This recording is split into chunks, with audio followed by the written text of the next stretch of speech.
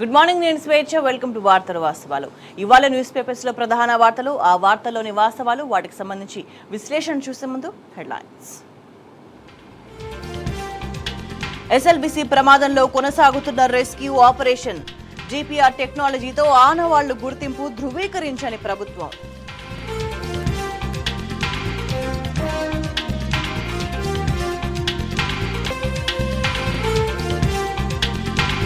SLBC సొరంగ ప్రమాదంపై కాంగ్రెస్ రాజకీయాలు. కార్మికులను కాపాడాల్సిన ప్రభుత్వం చోద్యం చూస్తోందన్న కవిత.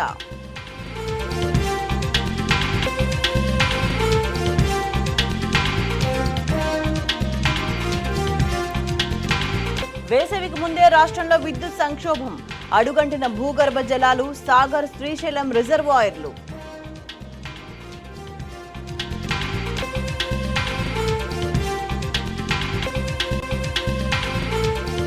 రేవంత్ రెడ్డి ఒంటెత్తు పోకడలపై గుర్రుగా ఉన్న సీనియర్ నేతలు. సీఎం పనితీరుపై హైకమాండ్ కు ఫిర్యాదులు.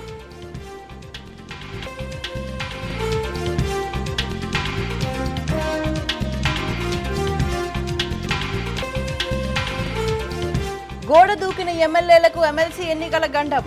కాంగ్రెస్ కు ఓటేస్తే భవితను బలిపెట్టడమేనని ఆందోళన.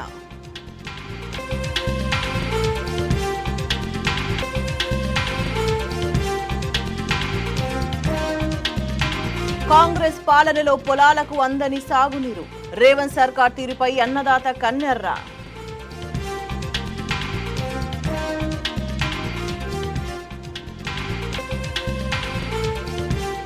స్టాక్ మార్కెట్లలో వాణిజ్య యుద్ధం భయాలు. ఒక్కరోజే 10 లక్షల కోట్ల ఇన్వెస్టర్ల సంపద ఆవిరి.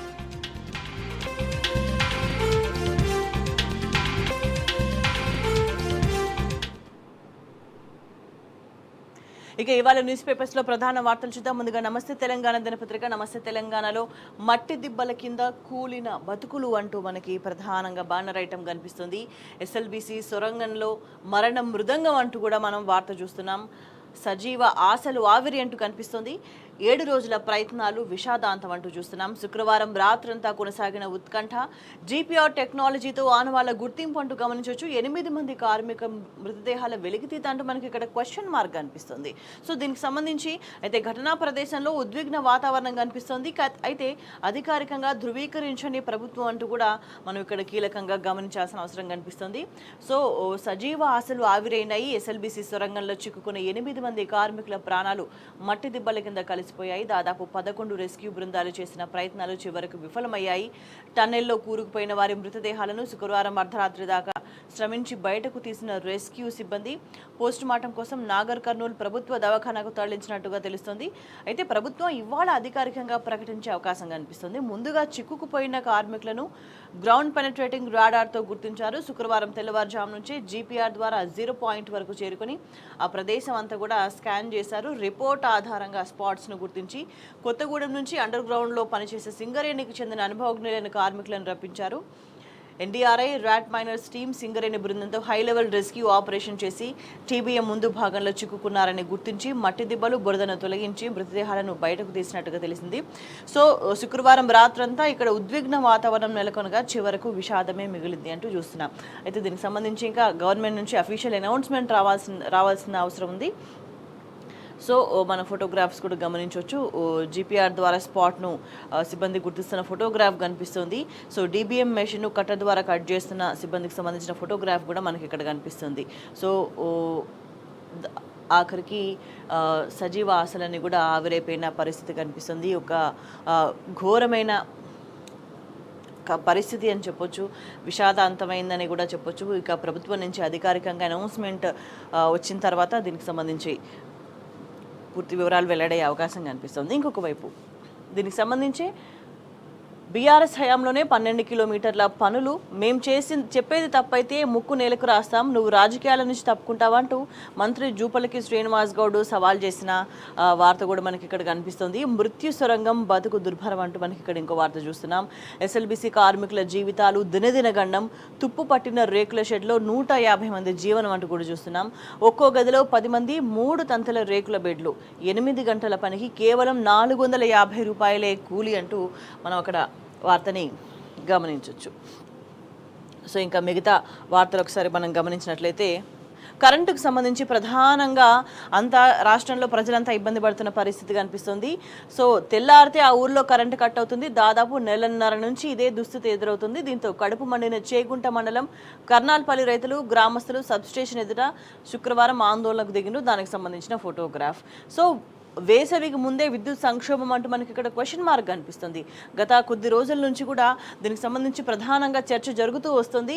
ఎండాకాలం స్టార్ట్ కాకముందే ఇంత సమస్య ఉంటే ఎండాకాలంలో పరిస్థితి ఏంటి అనేది కూడా ఆందోళన వ్యక్తమైంది. సో అనుకున్నట్టుగానే ఫిబ్రవరిలోనే గరిష్ట కరెంటు డిమాండ్ నమోదైంది. అవసరాలకు తగ్గట్టుగా సన్నద్ధం కాని ప్రభుత్వం అంటూ చూస్తున్నాం మనం. అడుగంటిన భూగర్భ జలాలు, శ్రీశైలం సాగర్ విద్యుత్ ఉత్పత్తిపై దృష్టి పెట్టని తెలంగాణ జన్కు అంటూ కూడా చూస్తున్నాం. వేసవి డిమాండ్ తట్టుకోవడంపై అనుమానాలు ఉంటూ కూడా గమనించవచ్చు. భారీ ఎత్తున కరెంటు కోతలు తప్పవని ఆందోళన అంటూ కూడా మన వార్తను గమనిస్తున్నాం. గరిష్ట విద్యుత్ డిమాండ్పై పొంతన లేని లెక్కలు 16,601 మెగావాట్ల లేక 16,506 మెగావాట్ల అంటూ కూడా క్వశ్చన్ మార్క్ కనిపిస్తుంది. సో పరస్పర విరుద్ధ ప్రకటనలపై పలు అనుమానాలు అంటూ కూడా మనం ఇక్కడ గమనించవచ్చు. ఇక మరోవైపు చూసుకుంటే ఇక్కడ నా పంట ఎండింది పరిహారం ఇవ్వండి అంటూ సీఎంకు కాంగ్రెస్ నేత వీడియో విన్నపం అంటూ కూడా మనం వార్త చూస్తున్నాం. సాగునీళ్లు లేక పంట ఎండిపోయిందని ఇందుకు తనకు పరిహారం ఇవ్వాలంటూ కూడా కాంగ్రెస్ నాయకుడు రైతు నరసయ్య ముఖ్యమంత్రి రేవంత్ రెడ్డికి విన్నవించాడు. జనగామ జిల్లా కేంద్ర సమీపంలో ఉన్న గానుగుపాడు గ్రామానికి చెందిన కాంగ్రెస్ పార్టీ గ్రామ శాఖ ఉపాధ్యక్షుడు రైతు రెడ్డబోయిన నరసయ్య తన కష్టాలను వీడియోలో వెల్లడించాడు. తనకు 2.5 ఎకరాల భూమి ఉందని 2 నెలల క్రితం బోర్ వేసినా కొద్దిగా నీళ్లు రావడంతో పొలం నాటు పెట్టినట్టు చెప్పిండు. సో కానీ 15 రోజులుగా బోర్ నుంచి నీళ్లు రాకపోవడంతో పొలం ఎండిపోయింది. ఇందుకు గాను 60,000 నష్టం జరిగిందన్నారు. ఎండిన పైరును జీవాలకు అమ్ముకున్నట్టు తెలిపిండు. ఈ సీఎం రేవంత్ రెడ్డి కాంగ్రెస్ నియోజకవర్గ ఇన్ఛార్జ్ కొమ్మూరి ప్రతాప్ రెడ్డి సాయం చేసి ఆదుకోవాలని వేడుకున్న పరిస్థితి కనిపిస్తోంది. ఇంకోవైపు మరో ఆత్మహత్య అంటూ చూస్తున్నాం. 437కు చేరింది ఆత్మహత్య చేసుకున్న రైతుల సంఖ్య. సాగు పెట్టుబడులు భారమైపోయి భూపాలపల్లి జిల్లాలో అన్నదాత బలవన్ మరణం అంటూ కూడా మనం వార్త చూస్తున్నాం. ఇక ఇంకోవైపు మిగతా అప్డేట్స్ ఒకసారి చూస్తే ముందు ఓటు వెనక వేటు అంటూ మనం చూస్తున్నాం. సంకటంలో జలానీలు అంటూ మన వార్తని గమనించవచ్చు. సో ఎమ్మెల్సీ ఎన్నికల్లో ఎటువైపు ఉండాలి అంటూ గోడ దూకిన ఎమ్మెల్యేలు అంతర్మదనం అంటూ కూడా గమనిస్తున్నాం. కాంగ్రెస్కు ఓటు వేయడం అంటే రాజకీయ భవితను బలి పెట్టడమేనని ఆందోళన అంటూ మనం ఈ వార్తని గమనించవచ్చు. సో వీళ్ళు మొదటి నుంచి కూడా వాళ్ళకి ఇటువంటి పరిస్థితే నెలకొంది. సో అందుకే అబద్ధాలన్నీ ప్రచారం చేసుకుంటూ ఇష్టం వచ్చినట్టు బహిరంగంగా అబద్ధాలు మాట్లాడుతా నానా గాయి చేసిండ్రు. కానీ ఇప్పుడు సంకటంలో పడ్డ సిచ్యువేషన్ అయితే నెలకొంది ఆ పార్టీ ఫిరాయించిన ఎమ్మెల్యేలకి. సో ఇంకో మరోవైపు 5వ సీటు ఎవరికి అంటూ మనకి ఇక్కడ ప్రధానంగా ప్రశ్న కనిపిస్తుంది. సో శాసనసభ్యుల కోటా ఎమ్మెల్సీ ఎన్నికల్లో ఉత్కంఠ. 5గురు ఎమ్మెల్సీలను ఎన్నుకోనున్న 119 మంది. ఒక ఎమ్మెల్సీ గెలవాలంటే 21 మంది ఎమ్మెల్యేలు అవసరం. కాంగ్రెస్కు 3, బీఆర్ఎస్కు 1 ఎమ్మెల్సీ గ్యారంటీ. సో 5వ సీటు ఎవరికి అంటూ పార్టీల బలాబలాలతో పాటు ఇక్కడ మనకి డీటెయిల్స్ కనిపిస్తున్నాయి. సో దీనికి సంబంధించి ఒక ఉత్కంఠ నెలకొన్న సిచ్యువేషన్ ఉంది. మరోవైపు చూసుకుంటే ప్రభుత్వాన్ని ప్రశ్నిస్తే కేసులు అంటూ మనం ఇంకొక వార్త చూడొచ్చు. 420 హామీల అమలు రేవంత్ రాజకాలపై నిగదీస్తున్న హరీష్ రావుపై మరో అక్రమ కేసు అంటూ చూస్తున్నాం. సర్కార్ తీరుపై బీఆర్ఎస్ నేతల ఆగ్రహం అంటూ కూడా మనం వార్తని గమనించవచ్చు. ఇక మరోవైపు చూస్తే ఇది బీఆర్ఎస్ ఘనత అంటూ మనకి ఇక్కడ ఒక ఫోటోగ్రాఫ్తో కూడిన వార్త కనిపిస్తుంది. సో మరమగ్గాల వస్త్ర పరిశ్రమలో తెలంగాణకు తలమానికంగా నిలిచిన సిరిసిల్లాలో రెడీమేడ్ రంగం వైపు అడుగులు పడుతున్నాయి. జిల్లాలో మహిళలు యువతులకు ఉపాధి కల్పించాలన్న లక్ష్యంతో మాజీ మంత్రి కేటీఆర్ చొరవతో 175 కోట్లతో 65 ఎకరాల్లో రూపుదిద్దుకున్న అపారెల్ పార్క్లో అంతర్జాతీయ వస్త్ర తయారీ దిగ్గజ సంస్థ టెక్స్పోర్ట్ ఇండస్ట్రీస్ 75 కోట్లతో స్థాపించిన పంక్చుయేట్ వరల్డ్ ప్రైవేట్ లిమిటెడ్ యూనిట్ ప్రారంభోత్సవానికి సిద్ధమైపోయింది. ఇందులో టీ-షర్ట్స్, జీన్స్ ప్యాంట్ల తయారీతో 2,000 మందికి ఉపాధి లభించనుంది అంటూ ఫోటోగ్రాఫ్తో కూడిన మన వార్త మనకి ఇక్కడ ప్రధానంగా కనిపిస్తుంది. సో ఇది బీఆర్ఎస్ ఘనత అయితే ఇది కాంగ్రెస్తో వెత అంటూ మనం ఇంకోవైపు వార్త చూస్తున్నాం. జగిత్యాల జిల్లా సారంగపూర్, బీర్పూర్, ధర్మపురి మండలాల్లో దాదాపు 50,000 ఎకరాలకు నీళ్లు అందించే లక్ష్యంతో గత కేసీఆర్ ప్రభుత్వం బీర్పూర్ మండలంలో 136 కోట్లతో రోళ్లవాగు ప్రాజెక్టును 95% పూర్తి చేసింది. దీనికి షటర్స్ బిగించడానికి అటవీ శాఖ అనుమతి సాధించలేక 15 నెలలుగా కాంగ్రెస్ సర్కార్ చేష్టలుడికి చూస్తుంది. ఫలితంగా తూము నుంచి ఎస్ఆర్ఎస్పీ నీళ్లు వృధాగా పోతూ రైతాంగానికి తీవ్ర నష్టం వాటిల్లుతుంది. సో ఎక్కడ ఒక ప్రణాళిక లేదు, ఎక్కడ ఒక చిత్తశుద్ధి లేకపోవడం వల్ల కాంగ్రెస్తో ఎటువంటి ఇబ్బందులు కలుగుతున్నాయనే దానికి సంబంధించి అంటే రెండింటి మధ్య డిఫరెన్స్ అనేది చాలా క్లియర్గా కనిపిస్తుంది. మనం ఎవ్రీడే రెగ్యులర్గా చూస్తున్నాం. సో గతంలో పరిస్థితి ఎట్లా ఉండేది, కాంగ్రెస్ హయాంలో ఎంత దారుణంగా తయారైందనే దానికి సంబంధించి లెక్కలేని ఉదాహరణలు కనిపిస్తున్నాయి. మిగతా అప్డేట్స్లోకి వెళ్తే కోరంటి దవాఖానకు ఫీవర్ అంటూ మనం వార్త చూస్తున్నాం. హాస్పిటల్లో వేధిస్తున్న వైద్యుల కొరత అంటూ గమనించవచ్చు. సో సీనియర్ రెసిడెంట్లు పీజీ విద్యార్థులే దిక్కైన పరిస్థితి కనిపిస్తుంది. అక్కడ ఏడాది నుంచి ఖాళీగా ప్రొఫెసర్ పోస్టులు ఉన్నాయి. సో దీంతో ప్రశ్నార్థకంగా ప్రజా వైద్యం విద్య మారిన పరిస్థితి చాలా క్లియర్గా కనిపిస్తుంది. వైద్య సేవలకు సుస్థి అంటూ మనం ఇక్కడ వార్తని గమనించవచ్చు. ఇంకోవైపు చూస్తే రేవంత్ కు చెక్ పెట్టేందుకేనా అంటూ క్వశ్చన్ మార్క్ తో ఇంకో హెడ్లైన్ చూస్తున్నాం. మీనాక్షి నటరాజన్ నియామకంపై తీవ్ర చర్చ అంటూ గమనించాలి. సీఎం పనితీరుపై అధిష్టానానికి ఫిర్యాదులు, ప్రభుత్వంలో పార్టీలో ఒంటెత్తు పోగొడలపై సీనియర్ల గుర్రు అంటూ గమనించాలి. ఇప్పటికే రేవంత్ రెడ్డిని దూరం పెట్టిన రాహుల్ కట్టడి చేసేందుకే ఆమెను పంపారా అంటూ ప్రశ్నలు తలెత్తుతున్న సిచ్యువేషన్ కనిపిస్తుంది. ఇంకో వార్త చూస్తే దర్జాగా దారి దోపిడీ అంటూ చూస్తున్నాం. టోల్ ఛార్జ్ పేరిట అక్రమ వసూలు, మానేరు వాగుపై ప్రైవేట్ వ్యక్తుల దంద అంటూ గమనించవచ్చు. ఈ మంత్రి ఇలాఖాలో వసూలు రాజాలు, మండిపడుతున్న వాహనదారులు అంటూ మన వార్త చూడొచ్చు. ఇంకో వైపు చూస్తే దేవుడా కాపాడు అంటూ మనకి ఇంకో వార్త కనిపిస్తుంది. హిమాచల్లో కాంగ్రెస్ సర్కార్ ఆర్తనాదాలు అంటూ చూస్తున్నాం. ఆలయ ట్రస్టులు విరాళాలు ఇవ్వాలంటూ అభ్యర్థన అంటూ గమనించవచ్చు. ప్రభుత్వాన్ని నడపలేక సుఖ్వీందర్ సింగ్ సుఖు దిక్కులు, సంక్షేమ పథకాలను కొనసాగించడానికేనని వివరణ అంటూ గమనిస్తున్నాం. కాంగ్రెస్ ప్రభుత్వంపై మండిపడుతున్న ప్రతిపక్షాలు వంటి ఈ నేపథ్యంలో సో ఎంత దారుణమైన స్థితిలో ఉంది ఈ కాంగ్రెస్ హయాంలో హిమాచల్లో కూడా పరిస్థితి అనే దానికి నిదర్శనమే ఈ వార్తని మనం కీలకంగా గమనించవచ్చు. ఇక మరొకసారి ఈ ఎస్ఎల్బిసి ప్రమాదానికి సంబంధించి వివరాల డీటెయిల్స్లోకి ఒకసారి వెళ్తే ఏం జరిగింది నిన్న మెషిన్ జీపీఆర్తో 5 స్పాట్స్ గుర్తించారు. క్షణక్షణం ఉత్కంఠభరితంగానే అన్వేషణ కొనసాగిన పరిస్థితి. ఫోటోగ్రాఫ్స్ కూడా మనకి ఇక్కడ కనిపిస్తున్నాయి. బోరింగ్ మెషిన్ దగ్గర పైప్స్ను కట్ట ద్వారా తొలగిస్తున్నారు రెస్క్యూ సిబ్బంది. టన్నెల్లో కూలిన చోట పేరుకుపోయిన మట్టి దిబ్బలు అంటూ మనం వార్త చూస్తున్నాం. సో మనకి ఇక్కడ గ్యాప్ కనిపిస్తుంది. ఈ మట్టి దిబ్బలకి ఈ వాల్కి గ్యాప్ కనిపిస్తుంది. సో ఇందులో ఈ ఉన్న లిటిల్ గ్యాప్ నుంచే ఏమైనా అటువైపు కొంచెం వెళ్ళాలన్నా అయినా మనుషులు వంగి వెళ్ళాల్సిన పరిస్థితి. దానికి సంబంధించి మనం నిన్న కూడా డిస్కస్ చేసినాము. సో ఇక్కడ ఇంత చిన్న స్పేస్ నుంచి ఎవరైనా రెస్క్యూకి వెళ్ళాలన్నా అక్కడ ఏమైనా పనులు చేయాలన్నా మనుషులు వంగి అటు పక్కన వెళ్ళాల్సిన పరిస్థితి. అంత దారుణంగా టన్నెల్లో సిచ్యువేషన్ నెలకొంది అని చెప్పొచ్చు. నేను రెస్క్యూ ఆపరేషన్ చేసేటప్పుడు కూడా మనుషులు ఇక్కడ వంగి ఉండే మెషిన్స్తో పనులను చేసిన పరిస్థితి మనం చూసినాం. ఇంకోవైపు చూసుకుంటే ఎస్ఎల్బిసి టన్నెల్లో బురదను తొలగిస్తున్న రెస్క్యూ సిబ్బంది అంటూ మనం గమనించవచ్చు. ఏ స్థాయిలో ఇక్కడ బురద పేరుకుపోయిందో మనకి ఇక్కడ చాలా క్లియర్గా కనిపిస్తున్నది. అయితే క్షణక్షణం ఉత్కంఠభరితంగానే అన్వేషణ అంటూ మనం చూస్తున్నాం. సో 5 స్పాట్స్ గుర్తించను. బురద తొలగింపుకి మరో వారం పట్టే అవకాశం కనిపిస్తుంది. సో కార్మికుల ఆచూకీపై నేడు ప్రకటన అంటూ మనం ఇక్కడ క్వశ్చన్ మార్క్తో గమనిస్తున్నాం. ఆ స్పాట్స్ గుర్తించాము అనేది అబద్ధం అంటూ కలెక్టర్ సంతోష్ మరోవైపు ఒక స్టేట్మెంట్ ఇచ్చిన పరిస్థితి కనిపిస్తుంది. సో ఒక సందిగ్ధమైన వాతావరణాన్ని అయితే క్రియేట్ చేసిందని చెప్పొచ్చు. ఎన్డీఆర్ఐ స్పాట్స్ ఐడెంటిఫై చేసింది అంటూ ఎస్పీ సింగరేణి సీఎండీ అనౌన్స్ చేసిండ్రు. ఈ నేపథ్యంలో విరుద్ధ ప్రకటనలతో అయోమయం నెలకొన్న పరిస్థితి చాలా క్లియర్గా కనిపిస్తుంది. ఏదేమైనా సరే ఇవాళ అన్నిటికీ సంబంధించి ఒక స్పష్టత వచ్చే అవకాశాలు అయితే కనిపిస్తున్నాయి. సో జీపీఆర్తో మల్టిపుల్ టైమ్స్ స్కాన్ చేసిండ్రు. ఇదంతా జరిగింది. బాడీస్ని తీసుకెళ్ళిండ్రో రకరకాల భిన్నమైన స్టేట్మెంట్లతో ఒక కన్ఫ్యూజన్ వాతావరణం నెలకొన్న పరిస్థితి అయితే కనిపిస్తుంది. అల్టిమేట్గా ఏదేమైనా సరే ఇవాళ అన్నిటికీ సంబంధించి ఒక క్లారిటీ వచ్చే అవకాశాలు అయితే చాలా క్లియర్గా కనిపిస్తున్నాయి. సో అయితే ఈ నేపథ్యంలో ఏంటంటే శిథిలాల తరలింపు అనేది ఆషామాషి కాదు. గ్రౌంటింగ్తో రాతిలా మారిన సొరంగం, భూమి పొరలు అంటూ కూడా మనం చూస్తున్నాం. దాదాపు 3 లక్షల క్యూబిక్ మీటర్ల సిమెంట్ గ్రౌటింగ్ అంటూ కూడా మనం వార్తని గమనించవచ్చు. మనం ఈ ప్రమాదం జరిగినప్పటి నుంచి కూడా చూస్తున్నాం. అందుకే శిథిలాల తొలగింపు అంత ఈజీ కాదు, అనుకున్నంత షార్ట్ టైంలో ఫినిష్ కాదు అంటూ కూడా మనం వార్తలు చూస్తూనే ఉన్నాం. ఇప్పుడు కూడా అదే స్టేట్మెంట్స్ మనం గమనించవచ్చు. అయితే ఈ నేపథ్యంలో ఈ టీబీఎం కటింగ్ ఒప్పుకోని కంపెనీ అంటూ కూడా గమనించవచ్చు. అందుకే సహాయక చర్యల్లో ఆలస్యం అంటూ మనకి ఇక్కడ క్వశ్చన్ మార్క్ కనిపిస్తుంది. సోషల్ మీడియాలో చక్కర్లు కొడుతున్న సర్కార్ వర్సెస్ కంపెనీ ఒప్పందాలు అంటూ మనం ప్రధానంగా గమనించవచ్చు. సో ఎస్ఎల్బిసి సొరంగం ప్రమాదంలో చిక్కుకున్న వారిని బయటకు తీసుకురావడానికి అడ్డుగా ఉన్న టీబీఎం మెషిన్ను కట్ చేయాలనే విషయంపై సర్కార్కు జేపీ కంపెనీ ప్రతినిధులకు మధ్య పొంతన కుదరలేదు అన్న వార్తలు కూడా సోషల్ మీడియాలో చక్కర్లు కొడుతున్నాయి. సో ఈ కంపెనీ మెషిన్ కటింగ్ ఒప్పుకోకపోవడంతో సహాయక చర్యలో ప్రతిష్టంభన ఏర్పడిందా? చివరకు వరకు సర్కార్ కంపెనీకి ప్రతినిధులకు మధ్య ఒప్పందం కుదిరిందా? అందుకే హడావిడిగా డిప్యూటీ సీఎంను పంపించి ఇద్దరు మంత్రులతో బేరసారాలకు దిగారా అనే దానిపై ఆసక్తికరమైన చర్చ జరుగుతుంది. సో నాగర్ కర్నూలు జిల్లా దోమలపెంట ఎస్ఎల్బీసీ సొరంగం గత శనివారం ఉదయం కుప్పకూలింది. సో కరెక్ట్ ఎగ్జాక్ట్లీ ఇవాటికి వారం అప్పటికే ఉబికి వస్తున్న ఊట నీరు కారణంగా సొరంగం కూలే అవకాశం ఉందని భావించిన కార్మికులు లోపలికి వెళ్లి పనిచేయడానికి ఒప్పుకోకపోతే బలవంతంగా లోపలికి తీసుకుపోయిండ్రు. అసలు లోపలికి ఎంతమందిని తీసుకెళ్లారు అనే దానిపై ఇప్పటి వరకు స్పష్టత ఇవ్వలేదు.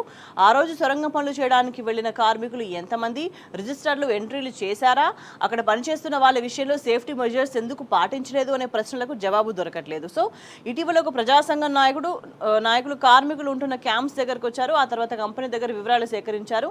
ఇటు కార్మికులు అటు కంపెనీ చెప్తున్న లెక్కలకు పొంతన కుదరట్లేదు. కార్మిక చట్టాలను ఉల్లంఘించి వారికి కనీస సౌకర్యాలు కల్పించకుండా బలవంతంగా పనుల్లోకి తీసుకెళ్తున్నారని కార్మిక సంఘాలు ఆరోపిస్తున్నాయంటూ మనం చూడొచ్చు. ఏదేమైనా కూడా అల్టిమేట్గా కార్మికులు వాళ్ళ జీవితాలను ప్రమాదంలోకి నెట్టేసిన పరిస్థితులు మాత్రం చాలా స్పష్టంగా కనిపిస్తున్నాయి, ఒక నిర్లక్ష్యం కారణంగా, స్వార్థం కారణంగా.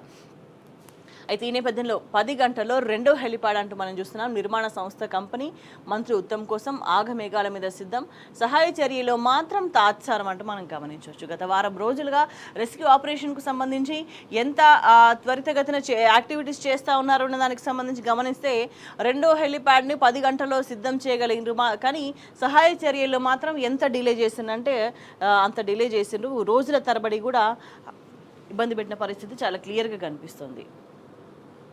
సో ఇంకో మరోవైపు చూస్తే అక్కడ ఎటువంటి పరిస్థితులు ఉన్నాయి అనే దానికి సంబంధించి అద్దం పట్టే వార్త ఇది. మృత్యు సొరంగం బతుకు దుర్భరం అంటూ చూస్తున్నాం. ఎస్ఎల్బీసీ కార్మికులకు దినదిన గండం, రేకుల షెడ్లో 150 మంది జీవనం అంటూ కూడా మనం గమనించవచ్చు. గదిలో 10 మంది, 3 తంతుల రేకుల బెడ్లు, కట్టెలు కొట్టుకొస్తేనే వంట, మధ్యాహ్నం షిఫ్ట్ వాళ్ళదే బాధ్యత, 8 గంటల పనికి కేవలం 450 కూలి, శ్రమ దోపిడీ, 3 నెలలుగా అందని జీతం, కండ్ల నిండా నీళ్లతో ఇప్పటికే 130 మంది సొంత ఊళ్ళకు అంటూ కూడా మనం వార్తను చూస్తున్నాం. సో వాళ్ళంతా కూడా పొట్ట చేత పట్టుకొని రాష్ట్రం దాటి ఇక్కడికి వస్తే ఇక్కడ టన్నెల్ దగ్గర మాత్రం దినదిన గండంగా పరిస్థితులు మారిన సిచ్యువేషన్ కనిపిస్తుంది. తుప్పుపట్టిన రేకుల షెడ్లో 150 మంది కార్మికులు, మనకి ఇక్కడ ఫోటోగ్రాఫ్ కనిపిస్తుంది. రేకుల షెడ్స్కి సంబంధించి పొరుగు రాష్ట్రం నుంచి వచ్చిన కార్మికుల నివాసం ఉండే రేకుల షెడ్ ఇది.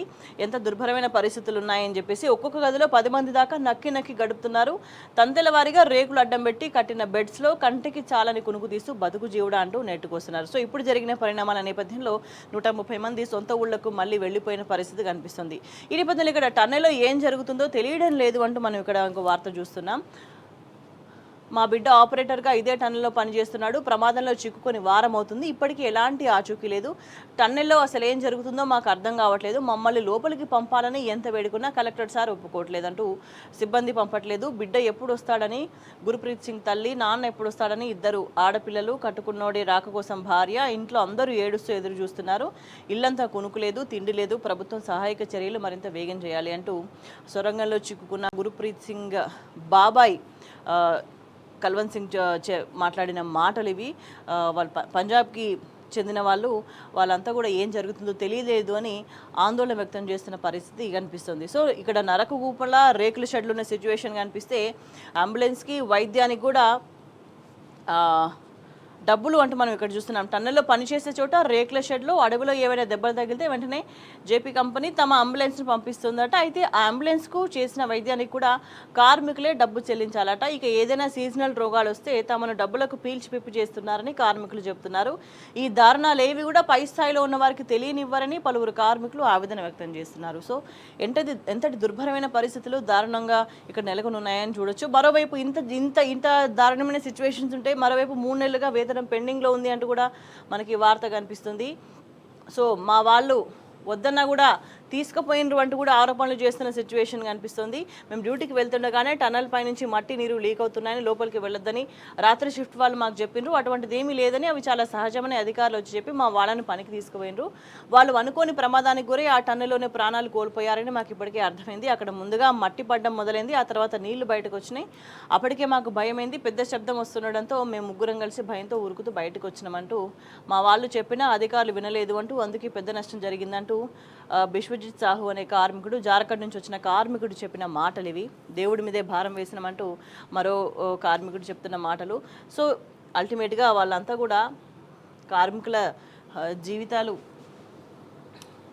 ప్రమాదంలో నెలకొన్న పరిస్థితులే చాలా క్లియర్గా కనిపిస్తున్నాయి. ఇంకొక వైపు ఇంత దారుణంగా పరిస్థితులు మనకి కనిపిస్తుంటే హెలికాప్టర్ యాత్ర చేపల కూర విందు అంటూ మనం ఇక్కడ వార్త చూస్తున్నాం. విషాద సమయంలో మంత్రుల వినోదం, మరోవైపు హాస్టల్ విద్యార్థులకు పస్తులు అంటూ బీఆర్ఎస్ వర్కింగ్ ప్రెసిడెంట్ కేటీఆర్ చేసిన వ్యాఖ్యలు మనం గమనించవచ్చు. ఎస్ఎల్బీసీ టనల్లో 8 మంది కార్మికుల ప్రాణాలు గాల్లో కలిస్తే మంత్రులు మాత్రం హెలికాప్టర్ యాత్రలు చేస్తూ చేపల కూరతో విందులు చేసుకుంటున్నారు అనేది ఇక్కడ ప్రధానంగా విమర్శలకు తావిస్తుంది. మరోవైపు ప్రభుత్వ హాస్టల్ విద్యార్థులు కూడా అన్నం లేక పస్తులుంటున్నారు. ఇది రేవంత్ రెడ్డి సర్కార్ నిర్వాహకం అంటూ కేటీఆర్ తీవ్ర స్థాయిలో ధ్వజమెత్తిన వార్త మనకి ఇక్కడ కనిపిస్తుంది. సో నాగర్ కర్నూలు జిల్లా కొన్ననాగుల ఎస్టీ బాలుర హాస్టల్లో శివరాత్రి పండుగ రోజు హాస్టల్ సిబ్బంది మధ్యాహ్న భోజనం గుదిబండ శివాలయం, రాత్రి రామాజపల్లిలోని గంగమ్మ ఆలయంలో అన్నదానానికి వెళ్ళాలి అని చెప్పడం విడ్డూరమని పేర్కొన్నారు. తిండి కోసం అంత దూరం వెళ్ళలేక విద్యార్థులు పస్తులతో రాత్రి గడిపినట్టు కూడా ఆవేదన వ్యక్తం చేసిన పరిస్థితి. సో విద్యార్థులను పండగ పూట పస్తులు ఉంచడమే ప్రజాపాలన అంటూ కూడా క్వశ్చన్ చేసిన పరిస్థితి కనిపిస్తోంది. ఇక ఇంకొక వైపు చూస్తే మర్కూక్ మండలం ఎర్రవల్లిలోని నివాసంలో మాజీ సీఎం కేసీఆర్ను కలిసి తన మనవడి వివాహ ఆహ్వాన పత్రికను అందజేస్తున్న మాజీ హోంమంత్రి ఎమ్మెల్సీ మెహమూద్ అలీ కుటుంబ సభ్యులు. ఈ సందర్భంగా కేసీఆర్ దంపతులు బీఆర్ఎస్ వర్కింగ్ ప్రెసిడెంట్ కేటీఆర్ వారికి శుభాకాంక్షలు తెలిపినట్టు మనకి ఫోటోగ్రాఫ్తో కూడిన వార్త కనిపిస్తుంది. ఇక వైపు చూస్తే అబద్ధాల జూపల్లి రాజీనామాకు సిద్ధమంటూ మనం ఇంకో వార్త చూస్తున్నాం. కీలకంగా బీఆర్ఎస్ హయాంలోనే ఎస్ఎల్బీసీ టన్నెల్ 12 కిలోమీటర్లు దవ్వినం, మేం చెప్పేది తప్పైతే ముక్కు నేలకు రాస్తాం, నువ్వు రాజకీయాల నుంచి తప్పుకుంటావంటూ మాజీ మంత్రి శ్రీనివాస్ గౌడ్ సవాల్ విసిరిన పరిస్థితి కనిపిస్తుంది. అయితే కాంగ్రెస్ వైఖరి ఎట్లా ఉంది అని అంటే మేడిగడ్డకు వెళ్ళిన రాహుల్ ఇక్కడికి ఎందుకు రారు అంటూ కూడా క్వశ్చన్ చేసిన పరిస్థితి కనిపిస్తుంది. ఇక మరోవైపు కార్మికుల ప్రాణాలతో సర్కారు చెలగాటం అంటూ కాంగ్రెస్ పాలనలో తెలంగాణకు అన్యాయం జరిగిందంటూ నిరంజన్ రెడ్డి చేసిన కమెంట్స్ మనం చూస్తున్నాం. ఇక ఎస్ఎల్బీసీ ప్రమాద బాధ్యత ప్రభుత్వానిదే అంటూ సిపిఎం రాష్ట్ర కార్యదర్శి జాన్ విస్లీ చేసిన వ్యాఖ్యలు కూడా మనం గమనించవచ్చు.